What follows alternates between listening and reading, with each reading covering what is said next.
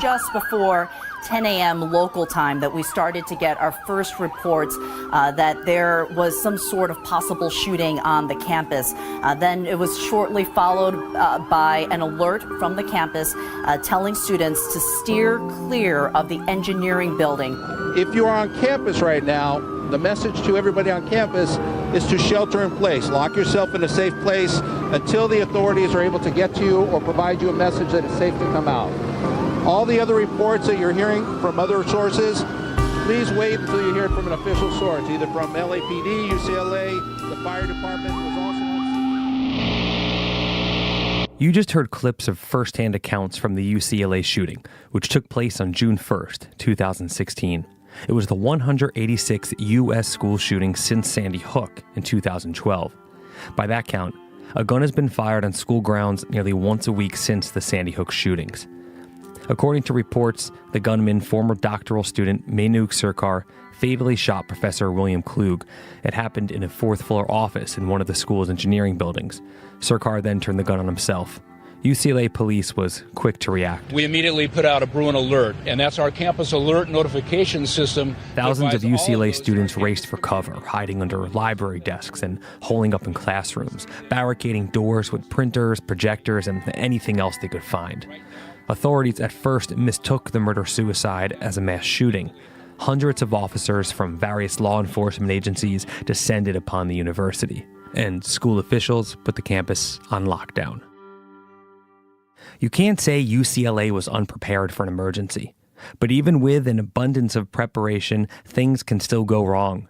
The shooting at UCLA was tragic, but it does give us an opportunity to take a deeper look at it, see what we can learn, and ideally offer up some ways to make sure your campus is prepared in the event that you have an emergency. This is the topic we cover on today's episode of Unlocked.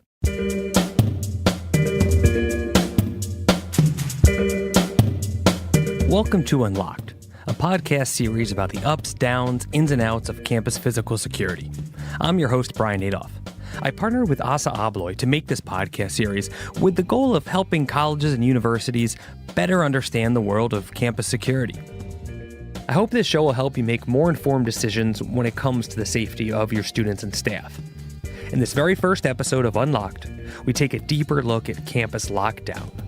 I try to answer the question of how can a campus best prepare for an emergency?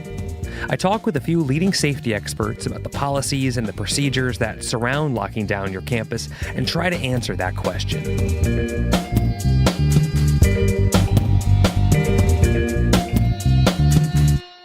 I wanted to get a better understanding of what the concept of lockdown even means to a campus, so I asked a few people. Lockdown is the idea that doors change behavior generally towards more secure in the event of a crisis. That's Bart Kartaz. I'm a principal at a company called Dynamic Security, and we're a security integrator in the physical security market. Lockdown is a concept that fits in a group of what are called functional protocols. In different types of emergencies, there are different functions you would perform. The most basic that we all know of is an evacuation. So lockdown is another one of the emergency functions that can be used depending on your situation. If you say lockdown means lock all the doors and provide nobody access, now you might have a case where somebody who needs to get access can't get in. So exactly what does locking down a building mean is a very interesting question. So I think you have to generalize and say locking down a campus is the act of, on an emergent basis, taking the campus from an open profile, or as open as they are on a normal day, to a more secure profile to protect lives and property. And that might be different for different organizations, right? It might depend on the level of public safety's presence, how quickly they could react to that area. It might depend upon what kind of people are coming and going from that building, might change how lockdown actually is impacted. Another question I was curious about is, who is responsible for initiating a lockdown? I asked Chris Dorn. He's a security analyst with a nonprofit firm, Safe Havens International, and he told me anyone is. Anyone on the campus should be able to call a lockdown, call an emergency function. It could be a student, a visitor, a staff member. We don't necessarily train visitors on this, but we want to train our staff members. If you're the one that sees the fire, you should pull the fire alarm. If you're the one that sees the gunman, you should be calling and activating a lockdown. This way of thinking has been a big shift in education as more awareness of these topics are coming to light.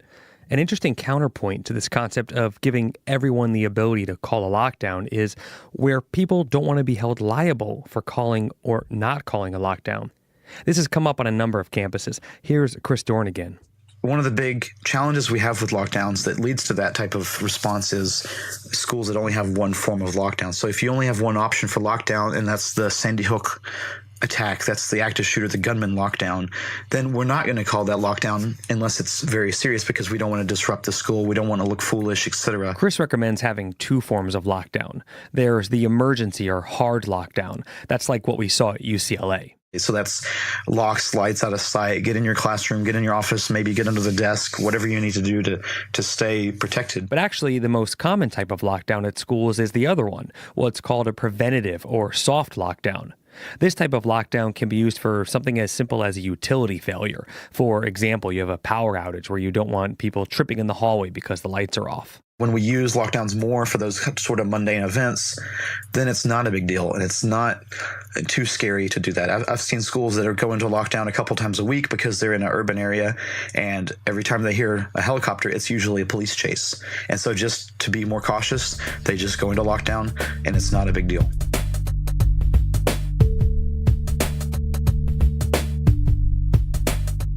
Now armed with a better understanding of what a lockdown is, let's go back to UCLA.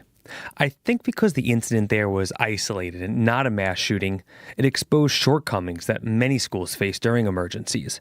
In this case, however, UCLA received the unfortunate spotlight. During their lockdown, two major common campus issues came to light.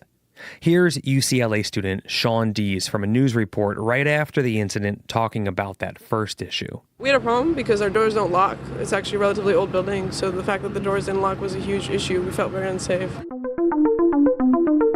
When Dees saw the Bruin alert notifications, she took cover and sheltered in a closed room with other students.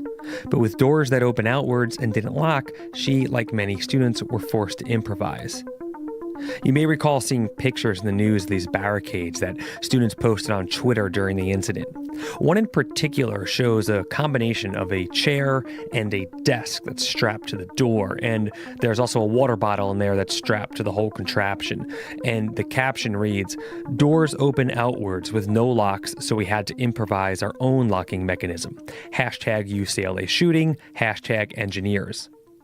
While the news outlets picked up on the cleverness and the slight humor of engineering students doing, well, engineering, these pictures highlight one of the major issues facing campuses. They have a lot of rooms with a lot of doors, and those doors can't keep someone out if they don't lock. To get some advice on what should schools be doing with their doors, I reached out to Patrick Feel.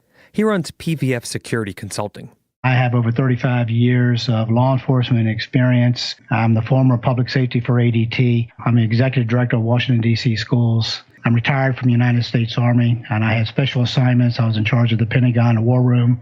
I was in charge of NATO security for 5 years, and I retired out of West Point after 4 years. I think Patrick knows what he's talking about. Door locks, access control is very critical when you have an active shooter situation. I went out to Virginia Tech during the shooting, and I was there on site for 3 days. You know, I'm a firm believer that if there is a lock on the door, that door is locked when it's closed. There's no second guessing. So the administrator or the teacher or the professor, they're the only one that really has a key to that door. So when that door is closed, and if they hear a situation in the, outside or in the area, they don't have to go outside that door, open the door, and try to lock a door. And unfortunately, that's what a professor happened in Virginia Tech. He encountered the shooter. But you got to remember, a lot of schools were built, in the 40s and 50s where, security was never a concern. It was always about education. So you always got these nooks and crannies, I call them, that are spaces where, students can go to study. We have to close them down now, and it shouldn't be never an open classroom. I would tell you, an open classroom without a teacher or professor is more liable than anything, because there's other things that go on besides just an active shooter. Okay, so all doors should have locks and should be locked at all times. However, this opinion can sometimes run counter to the culture of a campus and the idea of the higher ed institution in general. Here's Bart Kartaz from Dynamic Security again. Because in the past, the universities, all those doors were open, right? You walk into the science building, the labs might be locked, but the doors to the classrooms are wide open. And if there was no class going on and you're with a team of six students, you walk into the room, you take it over, and you start working. Happened all the time when I was in college. So are we saying that we're so afraid of bad things happening that we're going to lock all those rooms, and now I'm going to be walking down the hall with my 6 study friends and I'm going to have no place to go? Is that the situation we're going to create? Why? What are we accomplishing? Bart brings up a great point about how much security is too much, but how much is enough? I posed this question to Chris Dorn from Safe Havens. Here's what he had to say. We used to have campuses where we could just wander in and out of buildings and things like that. In an ideal situation where our students do have card access and our campuses is enabled, then we could still have that same situation. I'm a student. I can wander into the library, scan my card in, find an empty study area or an empty room, and use my card to get into that area. These are examples of ways we can use that technology to maintain that level of openness. And this is the cultural shift that schools are forced to reckon with in our current security climate. How do you maintain the inviting sense of openness for your campus while avoiding the need for students to engineer barricades to protect themselves? It's a delicate balance, to say the least. Which brings us to the second major issue brought to light from the UCLA incident. Campus security is a twofold approach. There's the physical security, the equipment side of things. And then there's the staff training and empowerment side. UCLA has an extensive emergency preparedness plan in place. It allowed them to very quickly respond to the shooting. It contained an incident that could have gone much worse. But UCLA is huge. Educating all of that staff, faculty, and students on what to do in an emergency is a challenge for most campuses, and one that needs to be looked at. You have staff members that may be part-time instructors or visiting instructors, things like that. You have students that may attend classes every day, or they may attend classes one day a month, or even more infrequently, depending on their degree program, et cetera. You have lots and lots of visitors at all times. You've got a mix between residential and, instructional areas. That's Chris Dorn again. He reminds us that campuses by nature are spread out and accessed by many people doing many things. Reaching all of those different folks during or before an emergency is not easy. During the recent UCLA shooting, one of the student interviews stood out to me where they said, I'm not going to say they didn't tell us what to do to provide us with this type of information, but we do get so many emails from the school and we get so much information and we have a lot going on as students. So I don't personally remember seeing anything. So it's very difficult, when you can't even get a student to open an email for class or for other things like that, to get them to watch a few minutes of training or maybe longer on lockdown procedures, things like that. So that's the big challenge with colleges. Unfortunately, there's no tried and true method for overcoming this challenge. It's an issue that needs to be tackled by campus leadership. And as we've seen with the more stringent locking of doors, safety must become part of the culture on campus. And it starts with having an emergency preparedness plan. Every campus, should have an emergency preparedness plan today. But what we see is that some of them don't take it for real. Some of it's just a tick mark.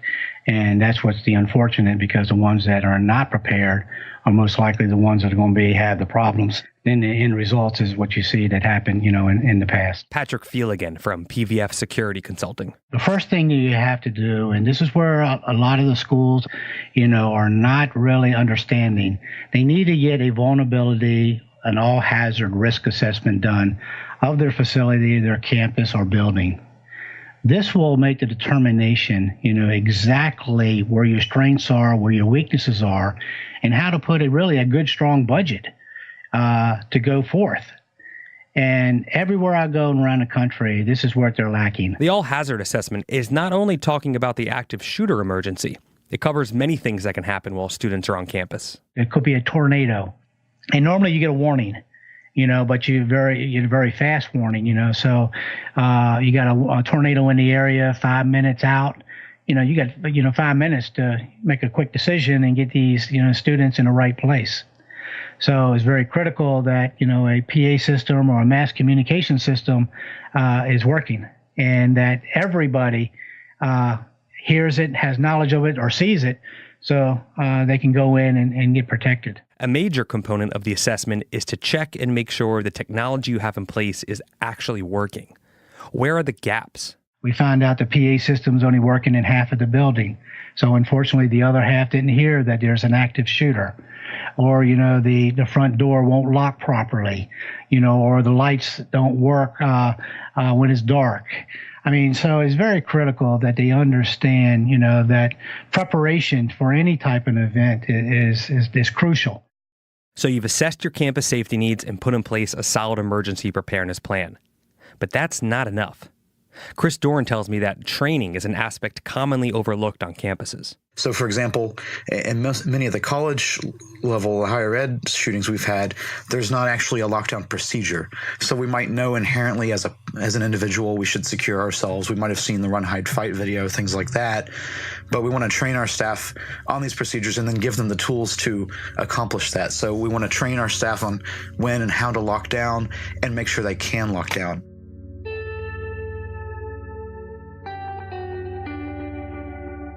You hear things like lockdown failed at Sandy Hook or lockdown failed at Virginia Tech. Well, when you don't have a key to lock your room, when you don't have a procedure and drills and things like that, it's a bit of a misnomer to say that the lockdown failed when there wasn't actually a lockdown.